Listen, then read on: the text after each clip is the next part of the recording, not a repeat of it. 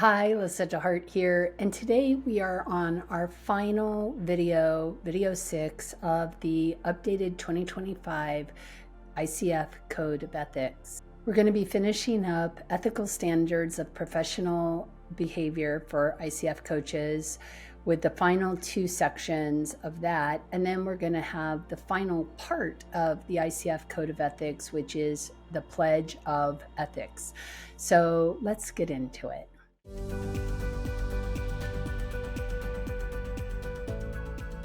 I would like to share with you a number that just blows my mind, which is right now, 37% of you have subscribed to this channel, and for that, I am grateful. But that also means that 63% of you who are watching this content have not yet subscribed to the channel, and that is a number I would like to change. If you're enjoying this content, the simple, easy thing you can do to help sustain the work that I am doing is to subscribe to the channel. So I want to thank you in advance, and let's get back to the video. So these last 2 sections are around delivering consistent value and professional integrity and accountability. So let's take a look at those real quickly and see what is coming up for you in regard to these.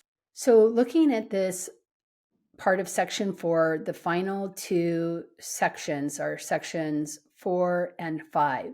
4 is a commitment to delivering consistent value.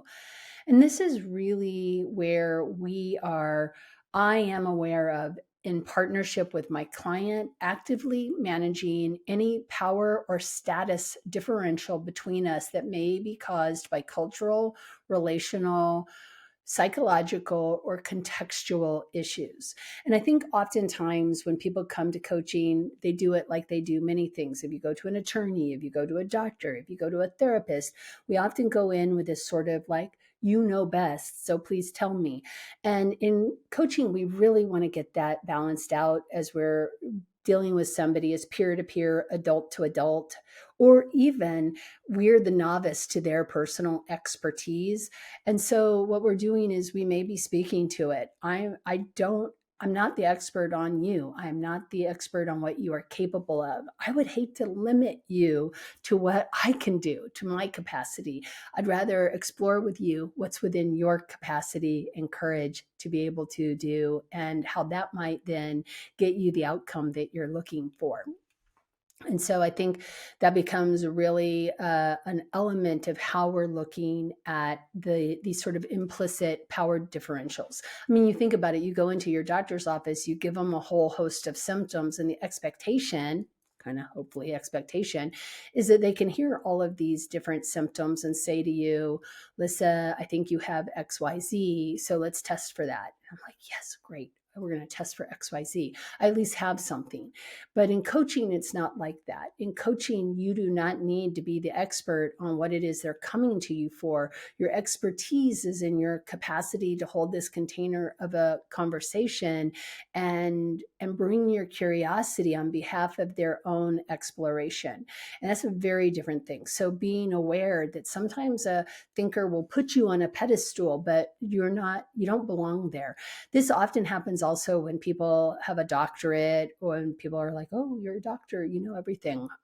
Maybe in that one little section that I studied, I do, but not maybe everywhere. So being aware of these power differentials that may show up. I think also recognizing our personal limitations and circumstances that might impair our ability to coach with the right mindset, with the right commitment, and that we too will seek support as necessary, whether it's through mentoring, whether it's through supervision, whether it's through therapy, if we need therapy, and or if we have a physical health issue or a mental health issue, we may need to suspend coaching for a while for the benefit of the client, because we need to actually focus on ourselves and take care of ourselves. There is nothing wrong with taking care of yourself. So recognizing these things, it's one of the reasons I think supervision is so important, because I have a monthly supervision group, and we get together every month and we have conversations about the things that are showing up in our work. And it's amazing how one person can have one thing showing up in their work, and the other people in the group also have had experience with it. So it becomes a really great way of getting the support that you need, whether it's the thinker that you love working with, so you don't ask any challenging questions and you just sort of go along with it because you enjoy them so much.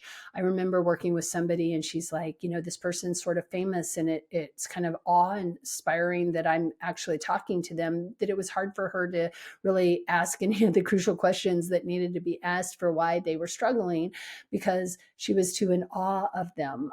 So the power differential can go the other way also. If you're working with the CEO of a multi-billion-dollar company, you may feel a little bit of imposter syndrome. This is a place to be aware of that and to recognize these limitations and get the support that you need so that you can show up to do the work that you are meant to do with the person that you are working with. The 4.3 is remain alert to indicators that there might be a shift in the value being received in the coaching relationship, and discuss this with the client. If appropriate, explore changes in the coaching relationship and or the potential for a different coach, professional, or resource. I have had multiple conversations with people who said, I think I need coaching. And the more that we talked about it, they really needed help with their business. And I don't do business advising, at least not at this point. And so I would often say, I would like to make a referral to somebody who I trust. And as a result of that, I have them go meet with somebody else to see if that actually they need coaching, or if they actually need a business plan so that they can be successful in building their business. I'm not going to be good at that. I've had to hire my own business coach in order to be able to do that in my own business because it's not my sweet spot. So I think it is really important that we recognize what our limitations are. And another place this might show up is I have had several people through the years that I've worked with for many years. And along the way, we will touch base. It'll be like, so we've sort of resolved situation A, and where are we now? Do you still feel like you need this work that we're doing?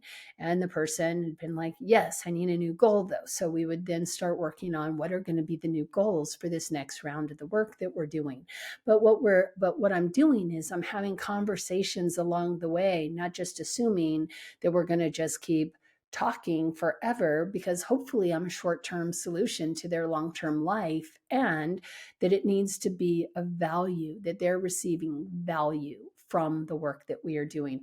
Not just I'm receiving value because somebody's paying me and I'm having great conversations and I think you're an awesome thinker and I love seeing you every Wednesday afternoon, but rather that the thinker is getting consistent value from the work that what they are doing with us, and that we are fully ready. And this really goes into a bit of the coaching mindset. How are you taking care of yourself? How are you taking care of your mental, physical, emotional well-being so that when you show up in the coaching space, you're fully present and available? I took a class many years ago that was called The Ethics of Self-Care. And I loved it because I think we forget about how important the work is that we're doing with ourselves so that we can be really the container of curiosity for somebody else's process. So I think that is just epically important, that we too are part of this equation of consistent value and being honest with ourselves. The fifth part or section of part 4 has to do with professional integrity and accountability. So, accurately identifying our coaching qualifications and work within the boundaries of my level of coaching competency, expertise, experience, training, certifications, and my credentialing. So, I'm not going to go out and say, hey, I'm an MCC coach with the ICF if I'm not an MCC coach with the ICF. I'm not going to go out and say I'm an expert on grief if I haven't gotten training in coaching with grief. I'm not going to go out and say something inaccurate. I'm going to be honest about what my training, what my capacity, what my credentialing is, so that you, as a consumer of my work, know who you are dealing with. And it's not just something you read on the internet. I'm saying it explicitly so that neither of us are confused about what it is that I do, how I offer it, and what my capacity to do that work is. Excuse the quick interruption, but I wanted to make sure that you knew that you were invited to my monthly Coaches Q&A. It happens every third Monday of the month, and we talk about all things coaching. We talk about coaching demos, we talk about competencies, we talk about what to do with resistant clients, we talk about all sorts of things. Plus, we have an added networking event at the end of it. So you are invited to join this community. I would love to see you there. And on that note, let's get back to our regularly scheduled programming. Make verbal and written statements that are true and accurate about what I offer as an ICF professional, what is offered by ICF, the coaching profession, and the potential value of coaching. This one is really interesting because I think what it's saying is, one, we want to make sure that our word is accurate and has integrity. So we're not explaining coaching in a way that is different and out of alignment with the idea of coaching as thought partnership, and it is about bringing out somebody else's potential and working towards their goals and their outcomes that are of importance to them. But it's also about what I, as an ICF professional, offer and what is also offered in the larger context of coaching. So, for instance, I use the idea of grief. I'm not a coach who works specifically with grief. I'm not trained in grief therapy. I'm not trained in grief coaching. So I wouldn't say I am a grief coach. If somebody comes to me and grief shows up, I may say, would it be useful for you to work with somebody else who has more expertise in this area for a while until you're ready to come back to the work that we're doing? It might be that idea of what I can offer isn't the value that that person needs in that moment, and that things are negotiable. We can change and adjust as needed. And adhere to this philosophy of doing good versus avoiding bad, recognizing that the impact of my professional conduct on my clients, stakeholders, and the coaching profession and society at large. So we talked about this in an earlier video, which is really going beyond this idea of do no harm or avoiding doing bad things, but rather really doing our very best to show up as our best, and recognizing how we may be impacting not just the thinkers we're working with, but the stakeholders in different organizations, the profession itself, and possibly society at large. If we recognize that there are systems in place that don't serve everybody, but we benefit from them, and so we don't say anything about them, that becomes a place where we maybe need to get curious with ourselves. It would be a really good place to look and to make sure that we're doing good, to acknowledge that I may live a very privileged experience compared to somebody else, and do my very best then to treat people with the reality that I may be very privileged and that they may have a very different experience. It doesn't mean I have to be sad about my life, but it does mean that I need to be aware of how my behavior and what I take for granted may not be across the board for everybody.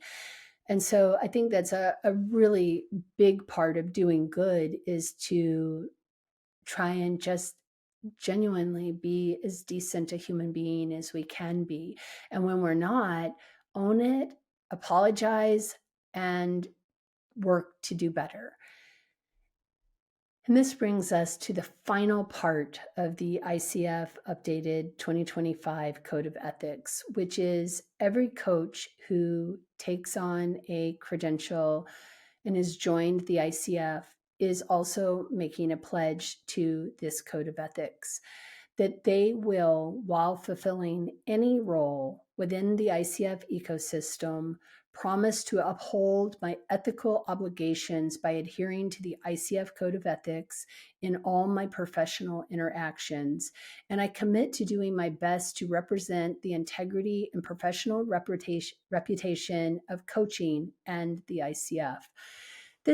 This means that we hold ourselves accountable to all the parts and sections of the ICF Code of Ethics, that we understand also what it is that we are agreeing to. This does not mean that you say yes to something once and that means it's yes for the rest of your life, but there needs to be transparency in having conversations that say things have shifted since I made that agreement. And under the new information that I have, I need to navigate a new agreement with you because this one will no longer work for us. And we're allowed to make different agreements with people. We're allowed to rewrite our agreements with each other, but we need to do it in a very transparent way and not pretend and just pretend like nothing's going on and la la la la la. We want to be acting as ethically and as transparently and with as much professionalism as we possibly can. So, on that note, I hope this series on the ICF Code of Ethics, the updated 2025 Code of Ethics, will serve you as you think about the ethics moving forward as you are a coach. And if you have any thoughts, questions, or comments, please leave them below, as well as like and share. And until another video, happy coaching.